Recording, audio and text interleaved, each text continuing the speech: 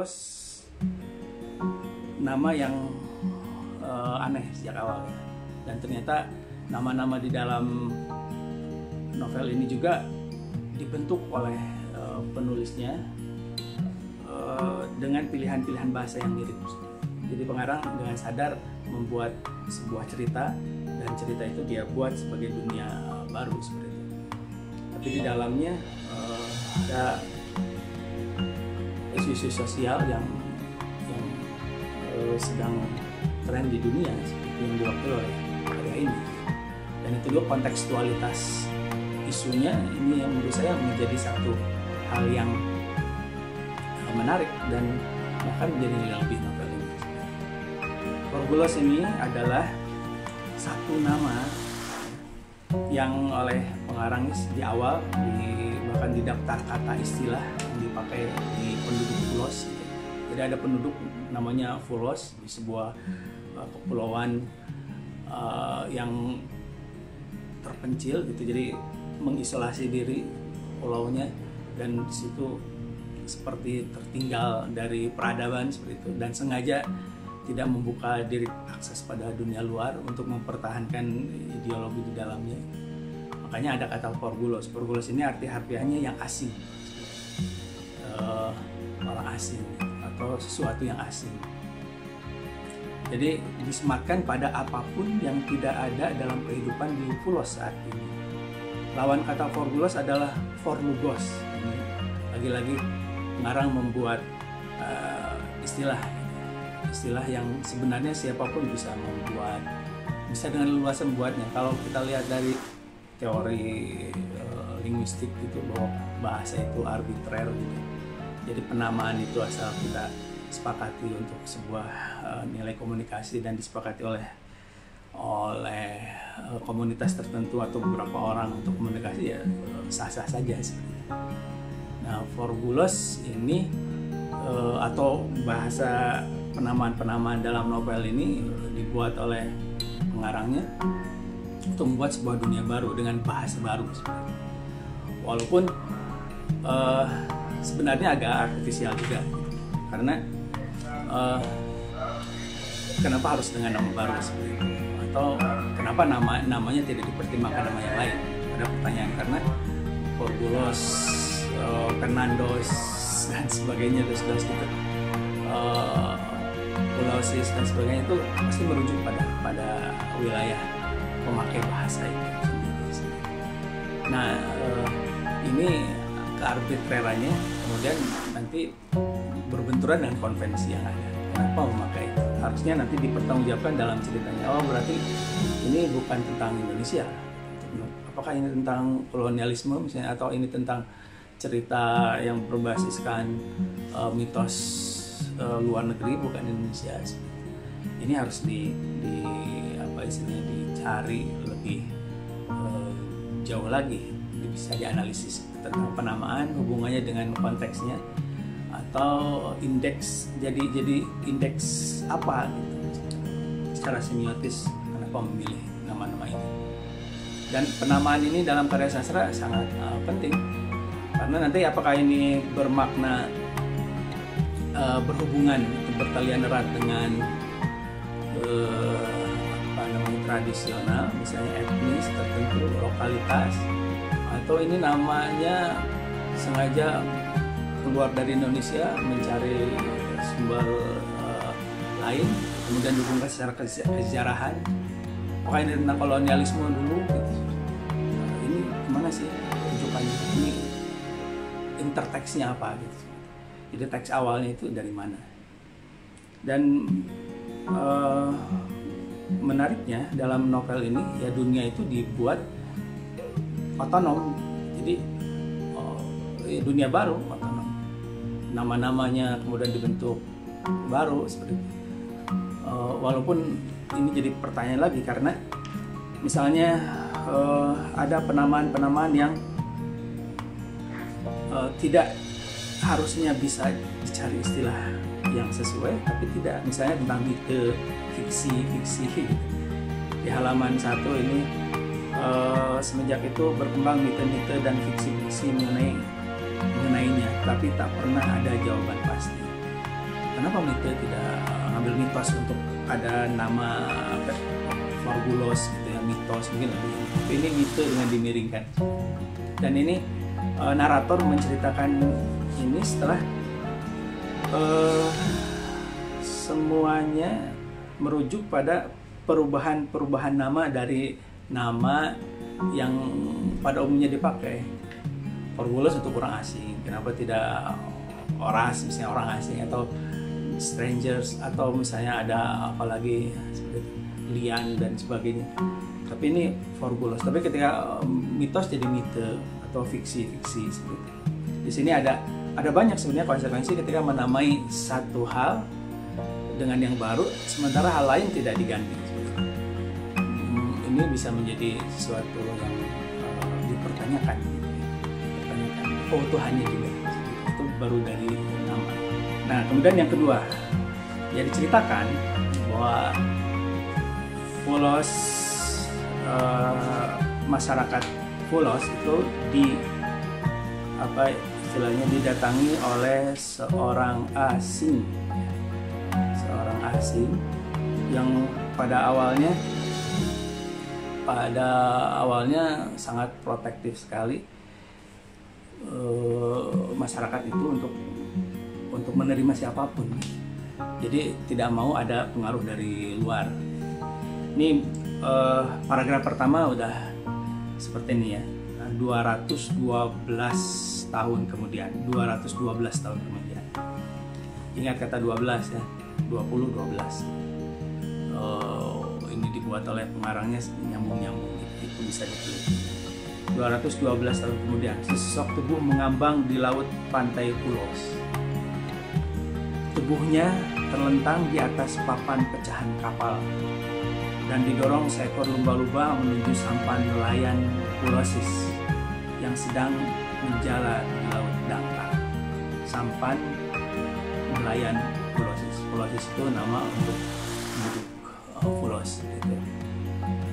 Setelah terkejut yang membuat salah seorang nelayan itu secara refleks menghunus tombak, mereka mengamati apa sesungguhnya yang mendekat ke sampan dengan mendekatkan Lamuo. Lamuo itu juga nama yang dipilih. Lamuo itu adalah sebuah alat penerangan yang dibuat dengan gerabah dan berbahan bakar minyak kelapa atau minyak ikan, di mana lubang-lubang gerabah dibuat agar angin tidak memadamkan api, namun cahaya bisa memancarkan keluar. Nah, itu penamaan itu kan sebenarnya sah-sah saja, pengarang mau Lamuo, Lameo dan sebagainya seperti itu. Tapi pembaca harus juga atau peneliti harus curiga ini hubungannya kemana. Jadi disitulah cerita dimulai ketika masuk sesosok asing ke Pulos, ditemukan oleh Pulosis.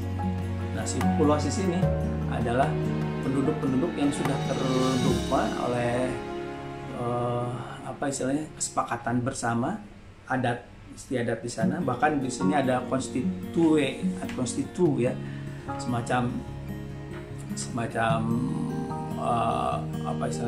perkumpulan orang-orang bijak yang menentukan aturan seperti itu. Ya, kalau dilihat ini sudah dibentuk serupa membentuk pola masyarakat yang modern sebenarnya. Walaupun di sini digambarkan seperti kuno, masyarakat yang sangat lama dengan peradaban yang lama.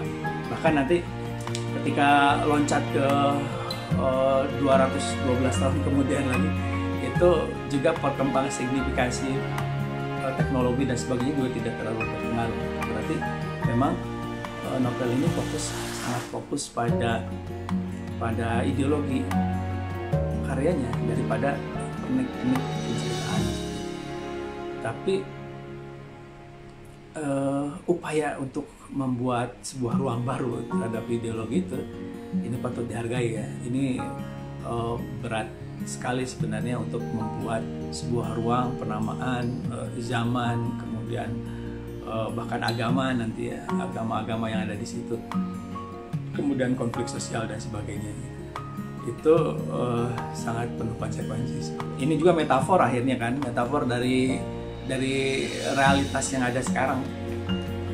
Kalau berkata langsung kan misalnya di sini tidak ada toleransi keagamaan, ada friksi sosial yang disebabkan oleh masuknya nilai-nilai luar ke sebuah masyarakat, adanya ideologi asing masuk, kemudian setelah itu menjadi agama yang difanatiki oleh masyarakat, akhirnya bentuk-bentukan antar agama, itu kan penuh konsekuensi juga dan terkesan biasa juga.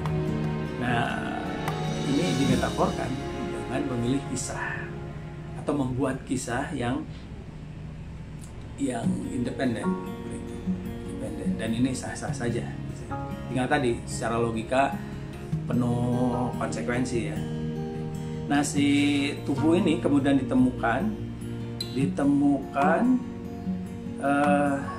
oleh Puloses itu, kemudian menjadi sumber konflik. Jadi ini kan forbulos gitu, bukan forlugos. Jadi dua istilah yang menarik ya. Forbulos yang asing. Kalau forlugos ada lawan kata yang asing. Forbulos dan forlugos, ini bukan forlugos tapi forbulos. Nah, itu antara forlugos dan forbulos itu diperdebatkan, bahkan sampai ke konstitu itu ada yang disebut sebagai rumah 14. Rumah 14 merupakan bangunan dengan dinding bata berlapis semen. Rumah 14 inilah 14 komitus itu komite gitu ya, orang-orang yang ada di tetua yang terpilih kemudian menjadi apa istilahnya, menjadi sumber kebijakan ya, semacam perwakilan DPR lah gitu. Ini sebenarnya udah modern ya, udah modern. Di sini digambarkan alat-alatnya masih tidak canggih, kemudian apa istilah masih terbelakang, tapi di satu sisi sadar bahwa jangan sampai ada mite-mite atau fiksi-fiksi yang baru yang masuk ke Pulos. Ini menurut saya ada satu kontradiksi antara bangunan cerita yang dimaksudkan ingin agak kuno, agak lama, kemudian dengan cara berpakaian yang juga masih memakai pakaian dengan sumber alami, dari mulai kulit binatang sampai apa istilahnya dari pohon ya sumbernya, itu dengan adanya komitus, konstitu, dengan adanya apalagi istilah mite, fiksi itu menurut saya agak mengganggu seperti itu. Berarti tidak utuh penamaannya, tidak utuh membuat satu kerangka bahwa ini itu zaman kapan, zaman yang belum mengenal adanya organisasi modern, perwakilan rakyat. Mungkin istilahnya ya, kalau misalnya istilah dan tata caranya, musyawarahnya tidak seperti yang digambarkan di sini, mungkin berbeda lagi seperti itu. Tentang forbulos dan forlugos, benar, ini sama seperti patung yang ada di dalam bumi Pulos, kata Tabidi. Dia bukan forbulos, dia forlugos. Jadi di sini ada satu simbol ya, simbol yang dipakai oleh mayat yang kemudian terdampar di Pulos itu sama dengan peninggalan-peninggalan yang ada di Pulos itu. Nah, peninggalan inilah yang kemudian menyambungkan cerita nanti. Nah, di sini menurut saya bagusnya cerita ini, hubungan antara masa depan, masa lalu, masa kini dengan masa lalu dengan masa yang akan datang. Jadi dihubungkan dengan satu simbol itu, bahwa ternyata ada peninggalan dari masa lalu, dan nanti cerita diakhiri oleh terkuburnya orang-orang di Pulau Sis itu dengan simbol itu. Nah, ini jadi cerita berulang, kompleks ya ceritanya. Ya, itu Mas Dar juga mengungkapkan bahwa ini layak menjadi juara satu. Menurut saya karena craftsmanship-nya Chris Hare menurut saya membuat dunia baru ini, kemudian merancang alurnya menjadi sangat baru dan menawarkan jalan buat ideologi yang akan digarapnya nanti, ingin disampaikan. Ini harus diapresiasi menurut saya, karena tidak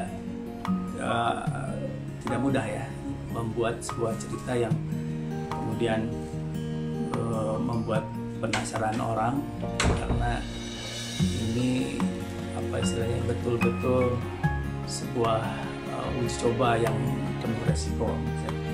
Invensinya ada di sini, penemuannya ada di sini.